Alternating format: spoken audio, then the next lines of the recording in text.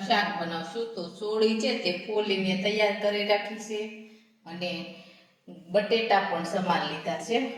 આપણે વઘારવા માટે તેલ છે તે ગરમ કરવા મૂકીશું.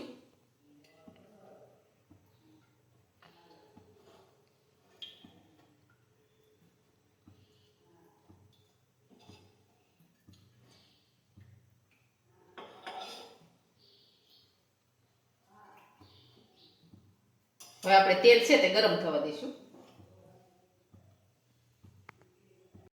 તેલ છે તે ગરમ થઈ ગયું છે. હવે તેમાં આપણે રાઈ અને જીરું નાખી દઈશું. હિંગ નાખીશું. ચોળી નાખીશું.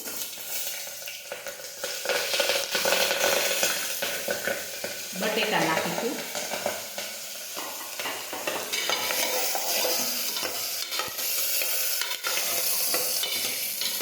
હવે આપણે બધા મસાલા નાખી દઈશું. હળદર નાખીશું.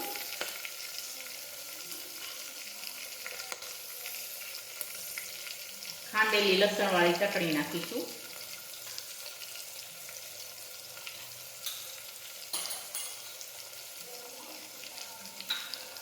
જીરું નાખીશું.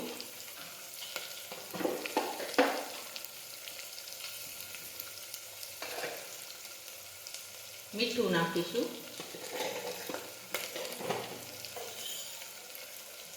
ખાંડ નાખીશું. હવે આપણે બધા મસાલા છે તે મિક્સ કરી દઈશું.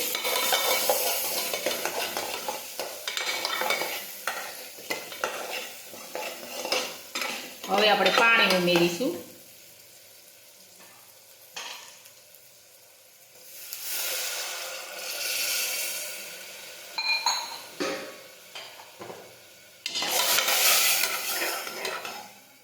હવે આપણે કુકરનું ઢાંકણ છે તે બંધ કરી દઈશું. હવે આપણે શાક સડવા દઈશું. હવે આપણું શાક છે તે સડી ગયું છે. હવે આપણે ગેસ છે તે બંધ કરી દઈશું. હવે આપણું શાક છે એકદમ સરસ સડી ગયું છે.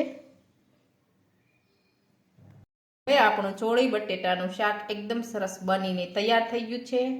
અને અમારો આ વિડીયો ગમે તો મારી જેકે કુકિંગ્સ એન્ડ હેન્ડવર્ક ચેનલને લાઈક કરો, શેર કરો અને સબસ્ક્રાઈબ કરો.